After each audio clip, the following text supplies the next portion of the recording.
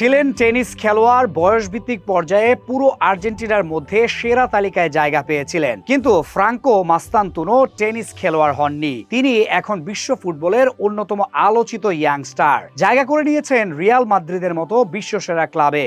Messi পরবর্তী যুগে মাস্তানতুনোকেই ভাবা হচ্ছে আর্জেন্টিনার ফুটবলের ভবিষ্যৎ। অথচ তার প্রথম দক্ষতার জায়গা ফুটবল ছিল না, খেলতেন টেনিস। সেখান থেকে রিয়াল মাদ্রিদে পৌঁছানোর যাত্রাটা এক কথায় রোমাঞ্চকর। ফ্রাঙ্কো মাস্তানতুনোর জন্ম আর্জেন্টিনার বুয়েনোস আইরেস প্রদেশের আজুল শহরে।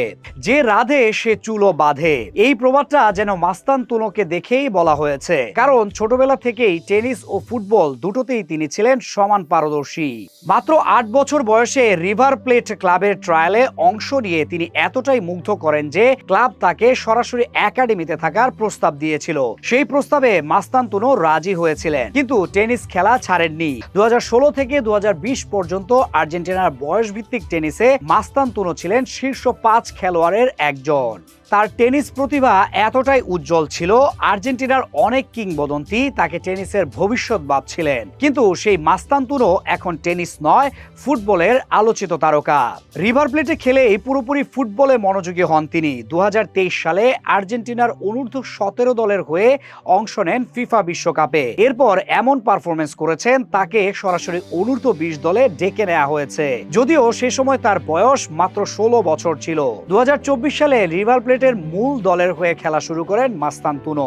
এখন তিনি রিয়াল মাদ্রিদের খেলোয়াড়। মাত্র 17 বছর বয়সে তার জন্য 45 মিলিয়ন ইউরো খরচ করেছে রিয়াল মাদ্রিদ। আর্জেন্টিনা যুগে যুগে ফুটবল বিশ্বে যেসব জাদুকর তৈরি করেছে, সেই ধারাতেই এবার উঠে এসেছে মাস্তানতুনো। ডি স্টেফানো থেকে মেসি কিংবা এনজো ফার্নান্দেস থেকে হুলিয়ান আলভারেজ, সেই উত্তরাধিকার এখন তার কাঁধে। রিয়াল মাদ্রিদ মেসিকে নিতে পারেনি, তবে ডি স্টেফানো ছিলেন তাদের কিংবদন্তি। তার উত্তরসূরি হিসেবেই বার্নাবু মাতাবেন মাস্তানতুনো। তরুণ এই মিডফিল্ডার একজন বাম পায়ের খেলোয়াড়। মাস্তানতুনোর বল কন্ট্রোল এবং ড্রিবলিং দক্ষতা নিখুঁত, সাথে রয়েছে স্পিড এবং শরীরের অসাধারণ ব্যালেন্স।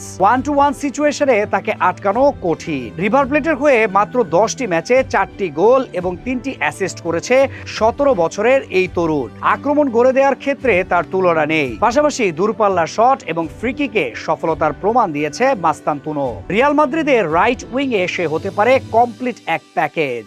জাভি আলোনসো এমনি এমনি তাকে প্রায়োরিটি দিচ্ছেন না, তাকে নিয়ে আছে দীর্ঘস্থায়ী পরিকল্পনা। রিয়ালে এখন টনি ক্রুজ কিংবা লুকা মডরিচের মতো প্লেমেকার নেই, তাদের জায়গায় দরকার একজন সৃজনশীল প্লেমেকার। ফ্রাঙ্কো মাস্তানতুনোকে নিয়ে সেজন্য স্বপ্ন দেখছে মাদ্রিদ শিবির। কিছুদিন পরেই তার পথ চলা শুরু হবে।